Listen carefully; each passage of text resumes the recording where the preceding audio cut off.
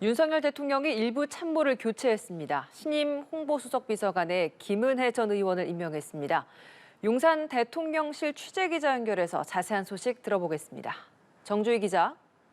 네, 대통령실이 윤 대통령 취임 후 첫 개편을 단행했습니다.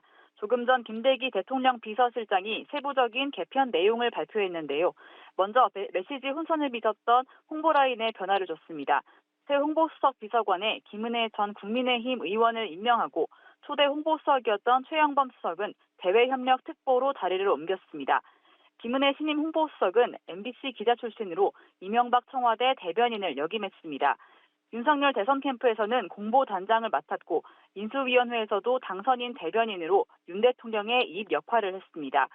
경기도지사 선거에서 석패한 이후에는 휴식을 취하다 최근에 독일에 장기 연수를 떠났는데요.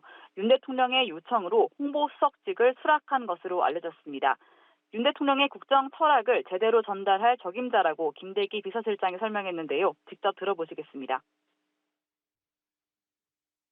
선대위 공보단장 또 당선인 대변인을 맡으시면서 대통령의 국정 철학에 대한 이해도가 높아서 앞으로 윤석열 정부의 국정 철학과 국정 과제 운영에 있어서 국민과 언론에 제대로 된 정보를 전달하고 소통할 수 있는 적임자라고 판단했습니다.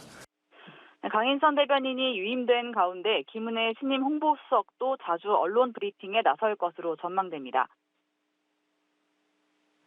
네, 그리고 정책기획수석 비서관을 새로 만들어서 정책 부분도 보강했죠. 네, 그렇습니다. 또 하나의 큰 변화는 정책기획수석 비서관을 신설하면서 이실 6수석 체제로 개편한 건데요.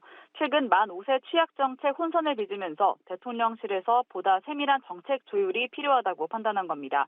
초대 정책기획수석에는 이관섭 한국무역협회 부회장이 발탁됐습니다. 주요 정책과 메시지를 조정하는 역할을 맡게 될 정책기획수석 산하에는 국정과제 비서관과 기획비서관, 연설기록 비서관이 들어갑니다. 정책조정기획관은 미래전략기획관으로 명칭을 변경해 부산 엑스포 유치에 집중하고 기존 미래전략비서관은 미래정책비서관으로 명칭이 변경됩니다.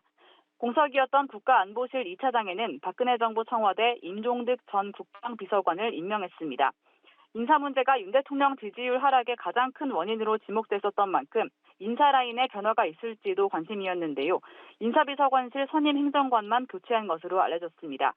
김 실장은 대통령 비서실 쇄신은 5년간 계속될 것이라며 비서실이 좀 더 효율적으로 운영될 수 있도록 계속 바꿔나가는 과정이라고 설명했습니다. 지금까지 대통령실에서 전해드렸습니다.